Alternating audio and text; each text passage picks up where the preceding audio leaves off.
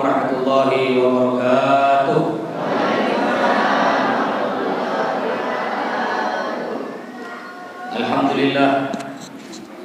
Alhamdulillah ala jami'i ta'illah alladhi amadda al-insan bilisanin yatarajjamu bihi amma hawahu qalbuhu wa aqalah wa yakshifu anhu sitrahu alladhi asdalah wa atlaqa bil haqqi maghulah wa awjaba ala ibadihi al-hajja wal umrata was salah wassalatu wassalamu ala hamilil millah sayyidina Muhammad ibn Abdillah wa ala alihi wa sahbihi wa man wala wa la hawla wa la quwwata illa billah.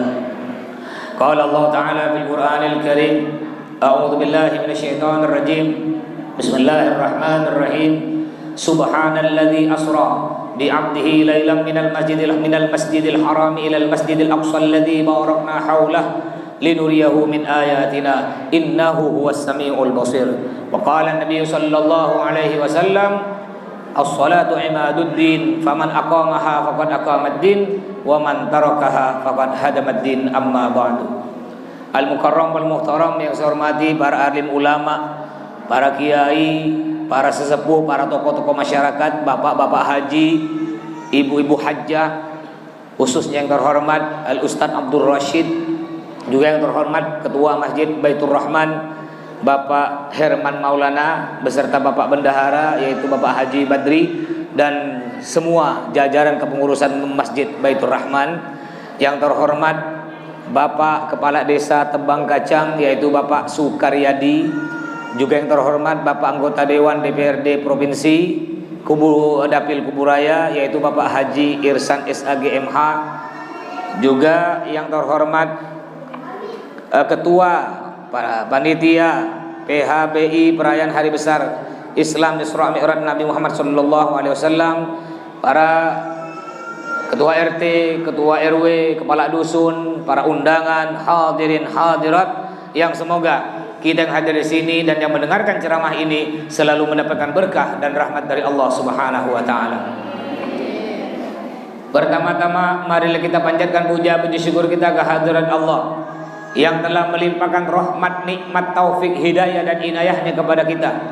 Juga tidak kalah pentingnya Allah telah memberikan umur yang panjang hingga alhamdulillah sampai pada hari ini kita masih bisa hidup di dunia ini dalam keadaan Islam dan iman. Semoga Allah selalu manjangkan umur kita semua untuk digunakan beribadah kepadanya. Amin ya rabbal alamin. Salawat serta salam kita haturkan kepada junjungan kita Nabi besar Muhammad sallallahu alaihi wasallam.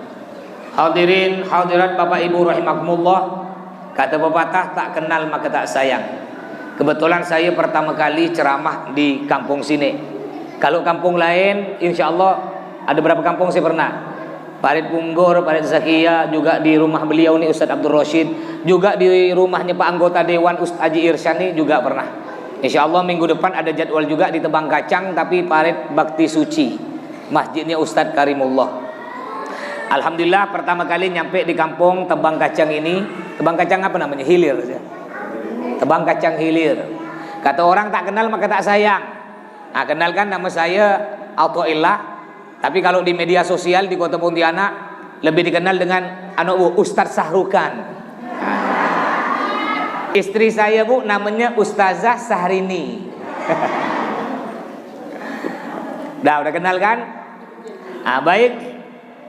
Alhamdulillah Bapak Ibu, Allah Subhanahu wa taala banyak sekali memberikan nikmatnya kepada kita yang sepantasnya, sepatutnya, sewajibnya bagi kita selaku hamba Allah yang tahu diri, yang tahu balas budi, yang tahu berterima kasih atas nikmat yang Allah berikan kepada kita untuk mengucapkan lafaz alhamdulillah. Tapi ingat, tidak cukup mensyukuri nikmat Allah hanya dengan mengucapkan alhamdulillah, tidak cukup. Saudara-saudara mengatakan, bapak-bapak mengatakan, alhamdulillah ya Allah, saya panjang umur, sehat walafiat. Kata ibu-ibu, alhamdulillah ya Allah, saya punya keturunan, punya anak. Kata bujang-bujang lapo, alhamdulillah ya Allah, saya udah laku kawin. Ingat saudara, tidak cukup mensyukuri nikmat Allah hanya dengan mengucapkan alhamdulillah saja. mensyukuri nikmat Allah selain mengucapkan alhamdulillah, yang paling penting yaitu kita gunakan seluruh nikmat yang Allah berikan kepada kita, digunakan di jalan Allah, kembali lagi untuk Allah Subhanahu wa taala. Allah berfirman di dalam Al-Qur'an, "Inna lillah wa inna ilaihi." Baik, orang tebang kacang apal Quran. Saya baca ayat nyambung, berarti apal Quran. Sama dengan adik saya, Bu. Saya punya adik perempuan yang bungsu nomor 7. Itu hafal Al-Quran 30 juz. Saya dengan adik saya tak jauh beda. Adik saya hafal 30 juz, saya hafal juz 30. Beda sikit, 29 tak banyak. Santri saya kalau hafal Al-Quran 30 juz itu hadiah umroh gratis. Mungkin di sini ada apa enggak Al-Quran 30 juz? Saya umroh kan. Langsung ikut saya yang bawa. Ada 30 juz Pak Ustaz, juz 30 ya tak hafal. Kadang-kadang kulhu pun tak hafal. Kalau udah kulhu tak hafal, bagus bacakan kulhu ya lah, mati ya. Kulhu pun tak hafal. Jadi inna lillah wa inna ilaihi rajiun, sesungguhnya kita ini milik Allah, wa inna ilaihi rajiun, dan kita akan kembali lagi kepada Allah Subhanahu wa taala. Ayo, saya pernah ceramah di Beting. Di Beting nih. Di Beting pada waktu itu yang undang saya Ustadz Haidar. Ustadz Haidar nih yang punya pesantren, nama pesantrennya Majelis Al-Betingki. Aduh, ramai santrinya. Ini pesantren Al-Betingki. Di sini ndak usah kalah. Sini buat pesantren Al-Tebang Kacani gitu ya. Sakalangan orang Beting. Dulu zaman Belanda, Beting terkenal dengan narkoba. Dulu zaman Belanda. Sekarang Masya Allah Beting terkenal dengan majelis sampai ada pesantren.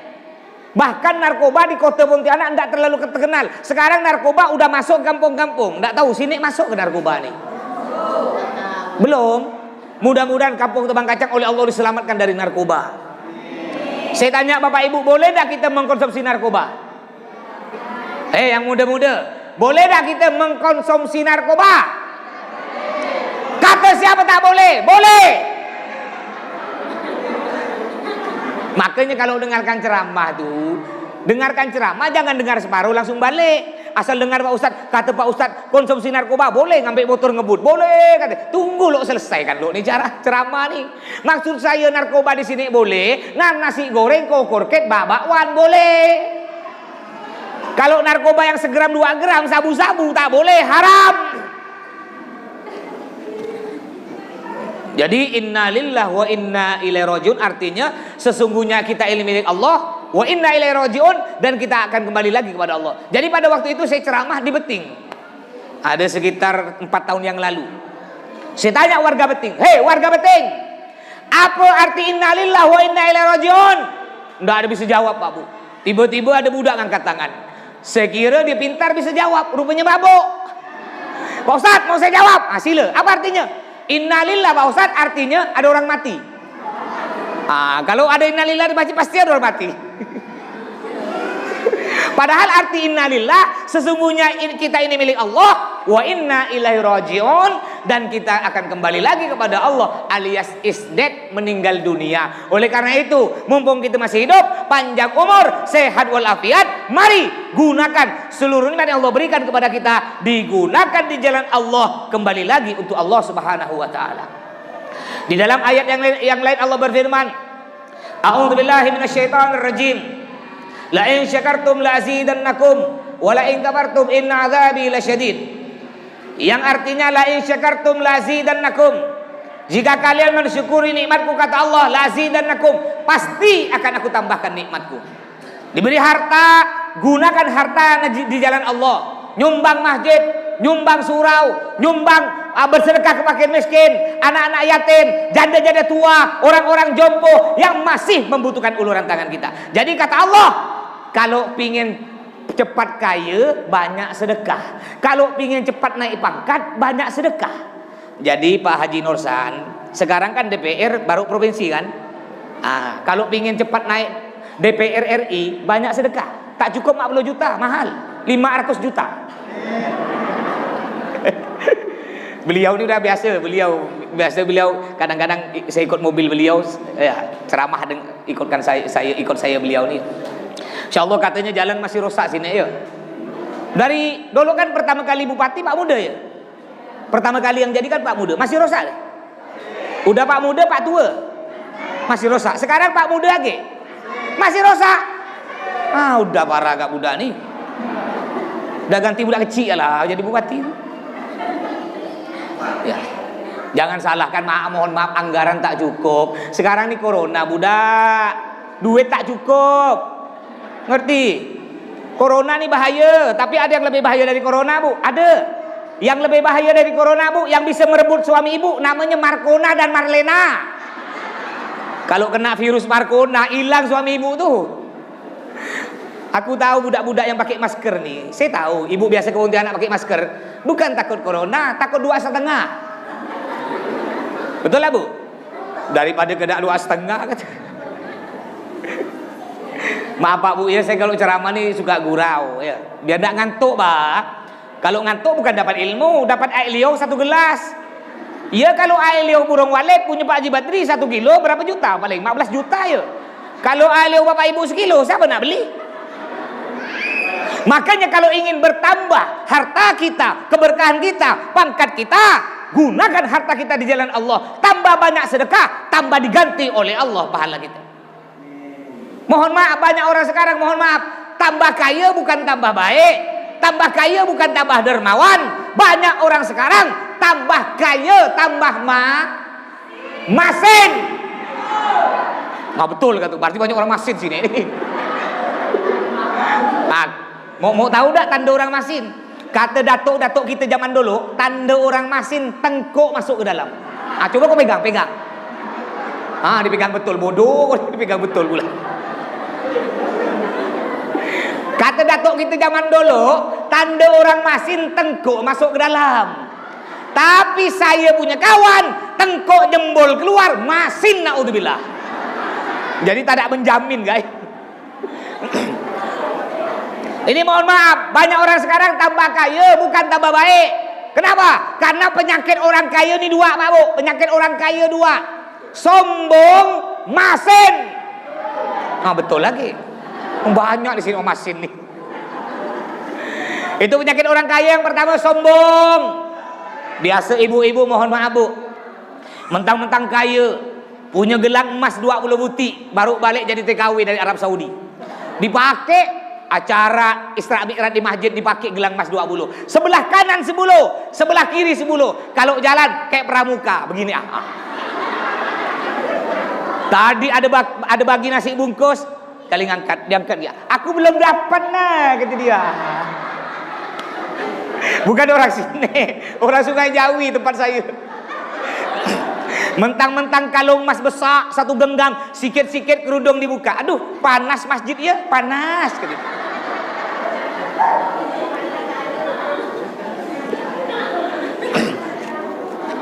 Ini penyakit orang kaya, sombong. Mentang-mentang ganteng, mentang-mentang cantik, sombong. Mentang-mentang hidung mancung. Lalu bilang segini, budak, setebang kacang nih, cuma hidung aku paling mancung. Betul, ditebang kacang hidung kau paling mancung, nyampe di Arab paling kecil. Kebetulan dulu saya ini mondok di Arab, di negara Yaman dengan Habib Toha. Kenal Habib Toha? Yang biasa acara bersolawat. Nah, barusan bulan lalu saya ceramah di desa apa namanya itu, Bunut ya. Nah, dengan Habib Toha Sultan, ada Iqbal.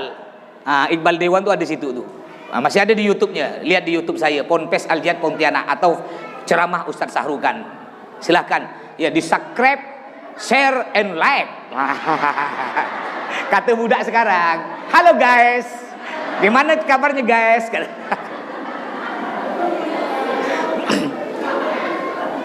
Dulu saya mondok di Arab. Jadi ketika sebelum saya berangkat nih, sebelum pesawat terbang ke Arab, ke Yaman, saya merasa hidung saya ini paling mancung sepuntianak. Ketika pesawat mendarat di Arab, buka pintu pesawat, ya Allah, ketika saya pertama kali ngelihat hidung orang Arab, separuh pun hidung saya tak nyampe. Hilang hidung. Saya pikir-pikir, ngapa orang Arab itu hidung mancung-mancung? Baru saya tahu jawabannya. Rupanya Pak Bu, kalau Bapak Ibu pengen anaknya yang kecil-kecil hidung pengen mancung, ikut orang Arab. Kenapa orang Arab hidung mancung-mancung? Karena orang Arab kalau nangis ditarik. Kalau nangis, tarik gini. Gini. Kalau orang tebang kacang nangis ditekan. Mancung ke dalam. Makanya jangan sombong-sombong. Ingat, harta kita tidak akan kita bawa mati. Tahu nak orang paling kaya? Orang paling kaya di dunia tahu? Yang paling kaya di dunia itu tukang parkir. Apalagi tukang parkir di mall. Oh, kaya dia. Dia punya mobil ratusan, punya motor ribuan, tapi tidak ada tukang parkir yang sombong, yang masen, tidak ada. Ada orang ngambil mobil senyum ya dia. Ada orang ngambil motor suka dia. Semakin banyak orang ngambil semakin suka. Kenapa? Karena tukang parkir tahu bahwa motor mobil tersebut bukan miliknya, itu hanya titipan saja. Begitu pula harta kita. Harta kita, badan kita, bahkan nyawa kita, ini bukan milik kita, ini hanya titipan saja. Suatu saat akan diambil oleh pemiliknya, yaitu Allah Subhanahu wa taala. Jangan sombong-sombong. Yang kedua penyakit orang kaya. Yang kedua penyakit orang kaya, masen. Ya Allah, penghasilan 20 juta. Tiap hari Jumat masuk kota masjid 1000. Akhirnya tempat saya di Sungai Jawi nih Bu, Pak. Tempat saya Sungai Jawi kalau ada Pak Haji Masen dipanggil Pak Haji 1000. Kenapa dipanggil Pak Haji 1000 ya? Acara Isra Mi'raj, panitia minta sumbangan, nyumbang 1000. Acara Maulid Nabi, nyumbang 1000. Masuk kota masjid tiap hari Jumat 1000. Akhirnya orang manggil dia Pak Haji 1000. Mudah-mudahan di sini ada, insya Allah di sini ada Pak Haji Badri, Pak Haji 10 juta, 20 juta nih. Amin, amin. Jangan masin-masin. Ada lagi di Sungai Jawi, kalau ada Pak Haji Masen dipanggil Pak Haji Estrajos. Tahu tak gambar Estrajos? Begini genggam tak lepas-lepas. Ingat, harta kita tidak akan kita bawa mati Pak Bu. Walaupun kita kaya apa? Hei, yang punya tanah banyak, Pak Haji, yang punya tanah banyak. Banyak orang yang kaya tanahnya banyak, tanah 100 hektar, tapi dia tak mampu beli tanah 1x2. Paham? Dia punya tanah 100 hektar, tak mampu beli tanah 1x2. Ketika dia mati, numpang di pemakaman umum. Malu. Apa guna tanahku 100 hektar tuh? Makanya yang banyak tanah. Ambil tanah tuh 1 hektar, nanti hari Jumat umumkan. Wahai warga Tebang Kacang, saya punya tanah 1 hektar dekat sungai tak? Itu silahkan. Yang meninggal boleh kuburkan situ. Atau yang nak bangun pesantren, sila. Atau nak apa lagi, bangun masjid atau surau ke apa aja untuk kepentingan Islam, silahkan. Ini baru hebat. Ingat, harta kita tidak akan kita bawa mati. Sampai istri bapak, sampai suami ibu nggak akan masuk dalam kubur. Kadang-kadang suami ibu bilang, nih, ini banyak laki-laki gombal nih Bu ya. Sayang, cintaku padamu sehidup semati. Bual. Sehidup semati. Ini kadang-kadang bini mati ya pergi WC takut. Bini mati pergi WC takut manggil anak. Bang, antar bapak ke WC ngapa? Takut antum mak kau. Katanya cinta sehidup semati. Ini kadang-kadang bapak-bapak bini mati. Bini mati, mayat belum dikubur nih, masih ada depan nih. Mata nangis, tapi yang nangis mata sebuti ya, sebelah kanan nangis, sebelah kiri tak ada. Cari ganti. Kayak ada orang, ini sedikit cerita. Nih, nanti kita cerita tentang sholat nanti nih. Nih kalau silat di bunga-bunga nih Pak ya. Biar tak ngantuk. Kalau udah ngantuk nih Pak ya tak masuk gitu. Berbuai-buai ngomong pun tak masuk. Ustaz Sardiawan pernah ceramah sini ya? Pak pernah? Yang kurus-kurus kayak saya, yang kalau ceramah ngamuk-ngamuk.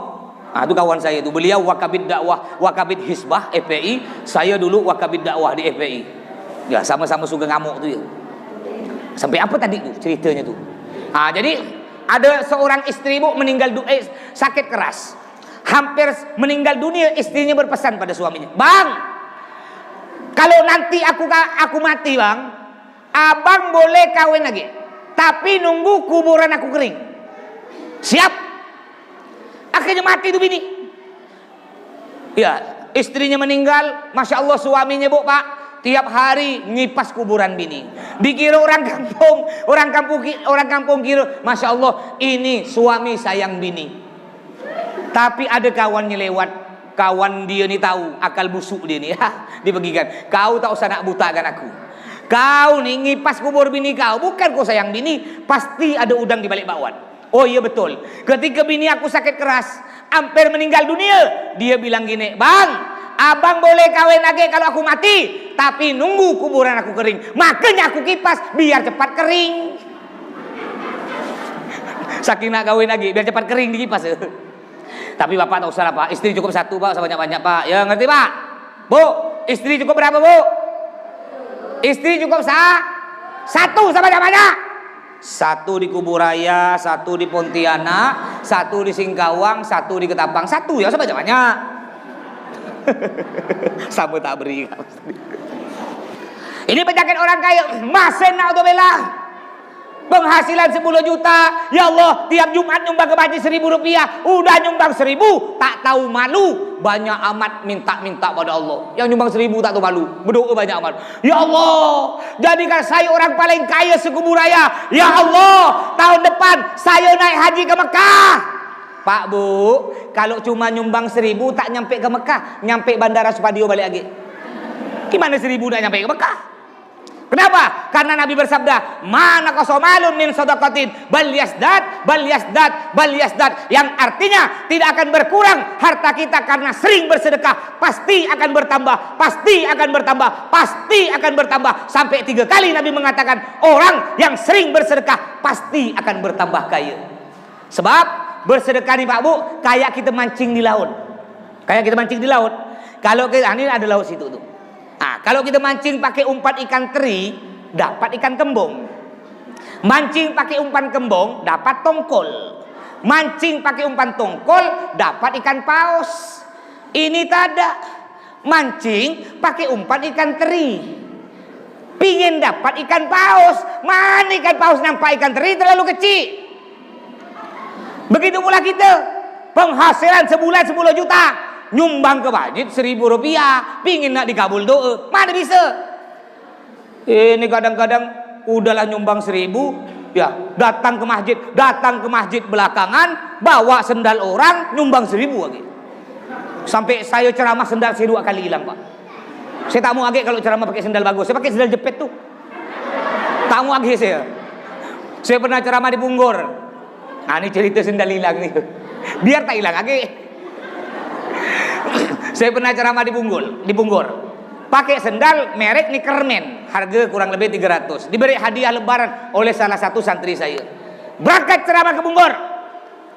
Ya Allah, selesai ceramah oleh kanan kiri hilang sendal. Aduh, hilang. Tak apalah, harap maklum sendal bagus. Akhirnya sekitar beberapa tahun yang lalu saya diundang ceramah oleh Habib Iskandar Al-Ghazali, ketua FPI. Diundang oleh beliau. Wah, saya nih kata saya pengalaman nih. Pakai sendal bagus hilang. Akhirnya saya pergi ke pasar andalan saya. Saya punya pasar andalan, yaitu pasar tengah. Itu pasar andalan saya. Mohon maaf, kadang-kadang budak-budak muda ini gengsi, tak mau di pasar tengah Jawa. Kalau lebaran tak mau pergi pasar tengah. Jadi kalau ketemu kawan-kawan pakai baju baru, boy, kau beli baju baru mana? Pasar tengah. Pasar tengah. Nah. Ramayana padahal lelong. Makanya yang muda-muda, yang kecil-kecil dengarkan. Kalau kena orang tua dibelikan baju apa pun, pasar tengah ke, pasar Kapuas ke, lelong ke, terima aja untuk lebaran nih. Sekarang sakit cari duit dia kena corona. Ya kan ada lagu Ainun Baju baru alhamdulillah, tuh dipakai di hari, tak punya pun tak apa, masih ada baju lelong alhamdulillah. Jadi akhirnya sebelum ceramah di Iskandar, saya pergi ke pasar andalan saya, pasar tengah. Saya beli sendal jepit harga 20.000. Maksud saya ngapa? Biar tak hilang. Ceramah saya. Ini pada waktu itu yang nyopirkan saya bukan ini. Udah lama nih kejadiannya. Ada sekitar 8-9 tahun yang lalu tuh ya. Ini ramai, ada 2.000-an orang diundang kena Habib Iskandar. Penceramahnya saya sendiri. Ya. Akhirnya saya berangkat pakai sendal 20.000. Habis ceramah, selesai ceramah, toleh kanan, toleh kiri, masih hilang nggak sendal saya 20.000? Kurang ajar kata saya ini. Sendal Nickerman hilang, sendal jepit pun hilang. Akhirnya saya balik kaki ayam tak pakai sendal. Habib Iskandar ini buka sendal, diberikan ke saya. Pak Ustadz, pakai sendal saya Pak Ustadz. Oh enggak Beb, enggak mau saya kaki ayam. Nyampe di mobil saya, tiba-tiba ada panitia ngejar saya, masukkan si amplop. Ya, amplop. Siapa tak mau amplop? Jangan nak bual kau. Aku amplop tak mau, betul. Amplop aku tak mau. Isi tak mau, tak ada. Aku mau jumlahnya aja. Apa guna amplop isi 1000? Ya. Cuma ada pesan guru saya itu dipesan, kau tuh kalau ceramah harus semua penceramah, tokoh-tokoh masyarakat yang biasa mimpin tahlil acara harus ikhlas Pak ya. Harus belajar ikhlas. Diberi amplop alhamdulillah, enggak diberi inna. Salah lagi mulut aku nih, apa ya mulut aku nih. Bukan apa, kadang-kadang nih tokoh masyarakat ada tak ikhlas. Kalau yang ngundang dia ngundang tahlil orang kaya, yang ngundang orang kaya, yang datang ramai, emik cantik aja itu, ya Allah. Yang mimpin tahlil semangat, nyaring, la ilaha illallah, di depanku lauk ayam, la ilaha illallah, amplopnya pasti lumayan, kata dia. Itu kalau yang ngundang tahlil orang kaya. Tapi kalau yang ngundang tahlil orang miskin, ya Allah, Pak Ustaz letoy baca tahlil gantung.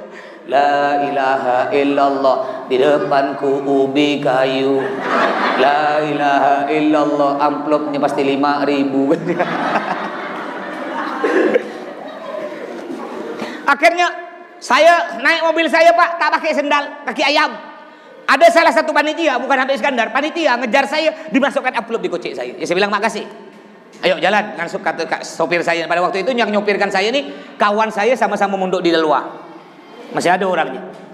Ketika jalan mobil, santri ini kawan saya ini yang nyopirkan saya nanya, Mas, manggil saya Mas, pingin tahu isi amplop, berapa isi amplop? Oh kau pingin tahu, ini sopir kurang ajar nanya isi amplop nih. Aku bukalah kata saya. Ketika dibuka Pak Bu, Masya Allah, harga sendal saya yang hilang 20.000, isi amplop 20.000. Alhamdulillah, guri-guri nyoy. Sampai sekarang saya bingung, ngapa panitia tahu ya sendal saya yang hilang harga 20.000, diganti pula Pak. Akhirnya makanya saya tak mau ceramah pakai sendal bagus, terus saya pakai jepit. Tolong panitia lihat warna coklat berduri sedikit. Awas sampai hilang ya, jangan undang aku ceramah lagi kalau sampai hilang kau.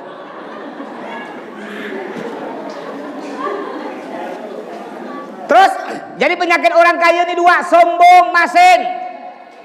Penyakit orang miskin, apa penyakit orang miskin? Ini penyakit orang miskin, iri, dengki. Ini penyakit orang miskin. Melihat tetangga beli sepeda engkol, demam 3 hari 3 malam. Dapat sebulan tetangga beli motor, sesak napas. Dapat sebulan tetangga beli mobil, mati. Ini penyakit orang miskin, iri, dengki. Biasanya Bu, mohon maaf Bu, biasanya penyakit dengki ini yang paling banyak biasanya ibu-ibu.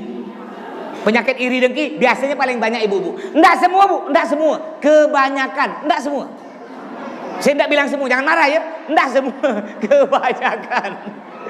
Kalau enggak percaya nih, ini ada cerita nih kalau enggak percaya nih Bu. Ini buktinya, lebih banyak ibu-ibu yang dengki daripada bapak-bapak. Ini contoh, ini cerita. Ada seorang istri Bu, dia nih iri dengki kepada tetangga sebelah rumah.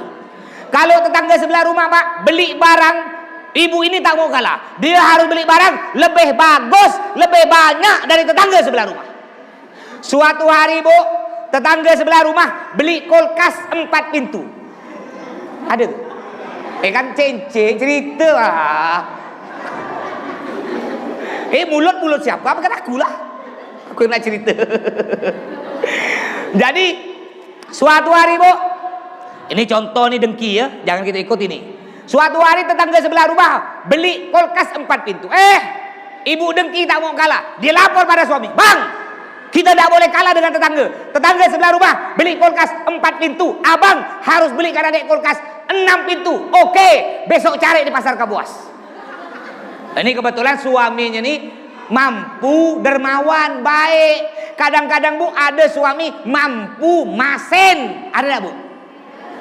Kaya tapi masen. Istri dijatah. Senin 1.000, Selasa 2.000. Hati-hati. Ibu kalau punya suami suka jatah, balas Bu, balas. Bang, sebelah kanan boleh sentuh, sebelah kiri tak boleh. Ini kadang-kadang ada suami masen. Dia kaya, duit belanja diberi istri 20.000. Dek, ini duit 20.000, cukup kan 1 minggu ya? Hah? Ibu jawab, Bu. Ini saya ajarkan, Bu. Kalau ada Bu punya suami masin, Dek, duit belanja 20.000 cukup sekali 1 minggu. Jawab, Bu. Bang, 20.000 bukan cuma cukup 1 minggu, cukup 1 tahun. Hah? 1 tahun. Beli apa, Dek? Beli kalender. Tak usah makan, kau lihat ya. Gambar ayam tuh kau lihat. Maka jadi suami jangan masin-masin, Pak. Bini pingin cantik, bini pingin cantik itu modal kan, Pak? Modal kan. Bedak mahal. Suka dia. Berarti banyak suami masin dia. Bini minta duit bedak, bang, belikan aku bedak lah. Aduh, Dek, tak usah lah. Pipi kau udah putih, pakai tepung gendum ya lah. Bang, beli gincu lah, bang. Tak usah, Dek. Bibir kau merah, lebih merah dari semangka. Kalau masin nih. Akhirnya, Pak Bu, dibelikanlah oleh suami kulkas 6 pintu, nggak mau kalah dengan tetangga sebelah rumah. Dapat sebulan, tetangga sebelah rumah beli motor 2 buti. Istri dengki tak mau kalah, lapor pada suami. Bang, tetangga sebelah rumah beli motor 2 buti. Abang harus belikan adik motor 3 buti. Oke, besok cari di pasar Kapuas. Dapat sebulan, Bu, tetangga sebelah rumah kawin lagi. Kata suami, eng, kata dia. Aku punya akal, kata suami ini. Dipanggil nih, ruginya orang suka iri nih. Panggil dia, Dek, sini kau. Iya, Bang. Dek, kita ndak boleh kalah dengan tetangga. Betul, Bang, tak usah kalah. Tetangga sebelah rumah, Dek, beli kulkas 4 pintu. Abang belikan adek kulkas 6 pintu. Bagus, Bang. Tetangga sebelah rumah, Dek, beli motor 2 buti. Abang belikan adek motor 3 buti. Sip. Sekarang, Dek, tetangga sebelah rumah kawin lagi punya 2 istri. Abang harus punya 4 istri. Tak boleh kalah, Dek. Makanya jangan iri-iri. Ujung-ujungnya senjata makan tuan. Jadi la syakartum la azidannakum wala in kabartum inna azabi lasyadid. Jika kalian kufur terhadap nikmatku, sesungguhnya siksaanku sangatlah pedih. Harta oleh Allah digunakan hartanya untuk mengkonsumsi narkoba, digunakan hartanya untuk berzina, digunakan hartanya untuk berjudi, digunakan hartanya untuk bermaksiat kepada Allah. Allah Subhanahu wa taala memberi anggota tubuh badan kepada kita, digunakan badan untuk maksiat. Kaki digunakan ke tempat-tempat maksiat. Lihat kalau tidak percaya, lihat, Bu. Nih sekarang banyak orang tidak menggunakan nikmatnya di jalan Allah hari ini. Coba lihat. Ini kalau andaikan semua yang diundang sekampung sini ini datang semua, kira-kira muat tak masjid? Tidak muat kan? Ramai mana? Ramai masjid apa ramai mall? Ramai masjid apa ramai diskotik? Masjid sepi. Gara-gara corona orang banyak takut ke masjid. Pertama kali ada corona bulan Februari. Bulan Februari, Bapak Ibu masih ingat? Pertama kali. Sekarang udah 1 tahun nih. Ini ulang tahun pertama corona nih. Tapi jangan doakan panjang umur ya, tak usah. Mentang-mentang dapat duit 600.000 dari pemerintah, duit corona. Mudah-mudahan corona panjang umur, tahun depan dapat duit. Tak usah, bahaya. Ini corona saya masih ingat bulan Februari pertama kali itu. Coba Ibu, Bapak, pertama kali ada corona yang disuruh tutup apa? Ayo, masih ingat tak? Tahun lalu pertama kali ada corona yang disuruh tutup apa? Masjid. Bukan tempat pelacuran bintang emas tuh, bukan. Bukan diskotek, bukan tempat maksiat. Pertama kali ada corona yang disuruh tutup masjid. Masjid tutup. Saya mau tanya, masjid tutup, pasar pernah tutup enggak? Enggak. Memangnya corona cuma ada di masjid? Nah, di sini ada tutup enggak masjid nih? Dari pertama tak ada tutup. Masya Allah, berarti kuat iman sini nih. Alhamdulillah, mudah-mudahan masuk surga sama-sama kita. Masjid saya pun tak ada, malu lah.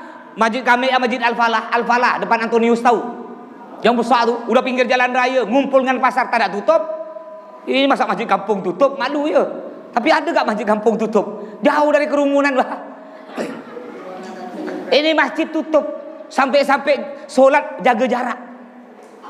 Solat tak usah jaga jarak, kata Nabi Muhammad apa? Sawu sufufakum fa inna taswiyata sufufi min tamamil shalah. Dengarkan kata Nabi, kalau kau solat, rapatkan saf kau. Nah ada apa pun tetap rapatkan saf. Kenapa? Karena orang yang rapat saf itu sempurna solat, dilindungi oleh Allah, diberi keberkahan, dilindungi dari bahaya macam penyakit. Ini solat berjarak. Cobalah berjarak tidur dengan bini itu berjarak. Kalau di masjid berjarak. Tapi kalau kunjungan kerja kemana tak ada berjarak. Coba sekali-sekali tidur dengan bini itu berjarak. Jadi kalau nak nyium bini tak usah langsung pakai kayu. Ini pakai kayu. Gara-gara corona ni banyak orang bersabual. Di masjid tak boleh berjarak. Tapi kena di pasar tak ada berjarak. Ada ke kalau pasar berjarak? Ada. Jadi kalau nak beli-beli pakai kayu ambil ada. Kenapa kau mau dibutakan budak? Memangnya corona cuma ada di masjid, mohon maaf. Ya, ingat ya, jangan kita takut berlebih kepada apapun. Kita masih punya Allah. Yang beri penyakit siapa? Yang beri obat kesembuhan siapa? Allah. Kadang-kadang saya ketawa. Banyak orang gara-gara corona lebih takut ke corona tapi tak takut pada Allah. Ibu, pernah enggak lihat perempuan pakai motor atau jalan, dia pakai masker tapi tak pakai jilbab? Ada tak? Ada kan? Banyak kan? Perintah dokter disuruh pakai masker dia ikut, tapi perintah Allah disuruh nutup aurat pakai jilbab dia tak ikut. Artinya dia lebih takut kepada corona tapi tidak takut kepada Allah. Oke, di dunia dia selamat dari corona tapi tak selamat dari neraka. Makanya jangan takut berlebih. Kalau ada penyakit, ada musibah, jangan tutup masjid. Buka masjid lebar-lebar. Dekati Allah. Kalau masjid ditutup, Allah tambah marah. Makanya kenapa banyak bencana di muka bumi ini? Kenapa di Indonesia banyak bencana, banyak bala? Gempa bumi, angin puting beliung, kebakaran, sekarang kabut asap, belum lagi corona tak habis-habis. Kenapa? Karena banyaknya tempat-tempat ibadah ditutup. Banyaknya orang dolim kepada ulama, dolim kepada para habaib. Banyak habib, banyak ulama ditangkap. Akhirnya Allah marah, Allah murka. Ingat, tidak akan selesai bencana di negara kita kalau para ulama yang ditangkap tidak dibebaskan. Allah berfirman dalam hadis qudsi. Apa kata Allah? Allah berfirman dalam hadis qudsi, barang siapa yang mengganggu, barang siapa yang kurang ajar, barang siapa yang zalim kepada para ulama, faqad adzantuhu bil harab, kata Allah, aku yang akan memerangi mereka. Kalau udah Allah yang memerangi, Allah gampang tinggal beri bencana, musibah tak selesai-selesai. Makanya mumpung masih di kubur raya, di sini masih banyak habib, banyak ulama di Pontianak nih, jangan kita kurang ajar. Hormati, lindungi, dekati, bergaul akrab dengan mereka para ulama. Jadi lihat, kalau ada acara agama banyak tak datang kan? Nah nih banyak kosong. Masya Allah banyak kosong. Padahal acara kayak gini enak kan? Acara Isra Mi'raj enak, dapat ilmu, dapat pahala, dapat hiburan dari anak-anak hadrah tuh, dapat nasi, iya dapat dia. Lo apa? Telur. Di sini nih yang ngordinir nasi satu orang ya. Kalau di kampung mertua saya, rumahnya Syahrini, di Peniraman tuh kalau ada acara Isra Mi'raj Maulid Nabi, itu satu rumah diwajibkan 10 kotak diantar ke masjid. Nah, cuma tuh bahaya kalau model gitu. Ngapa pula bahaya? Dia dari rumah ngantar telur, balik dapat ayam.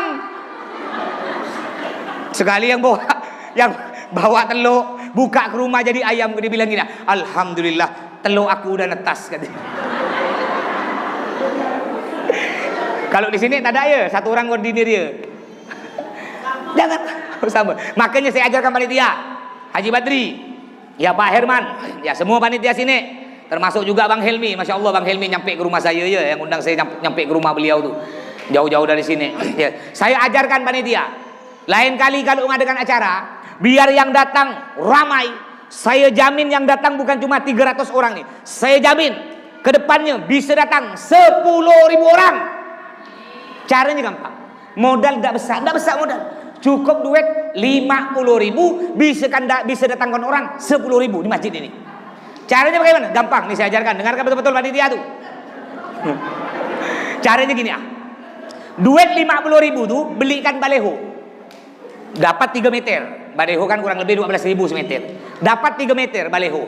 Baleho tuh, spanduk tuh, boleh simpan di mana? Di bundaran. Bundaran itu tuh dekat Transmart.